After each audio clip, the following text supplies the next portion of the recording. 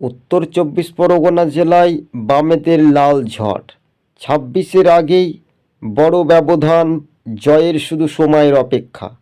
যেখানেই সমবায় নির্বাচন হচ্ছে সেখানেই বামেদের জয় হচ্ছে। সংখ্যালঘুদের ওপর আক্রমণেই তীব্র নিন্দা জানিয়ে ফের কিন্তু এবার বামেদের লাল ঝড়ের গতিবেগ দেখতেই পাচ্ছেন উত্তর ২৪ পরগনা জেলায়। প্রাক্তন সিপিআইএমের বিধায়ক ডক্টর সুজন চক্রবর্তী সহ অসংখ্য বামেদের নেতৃত্বগণ।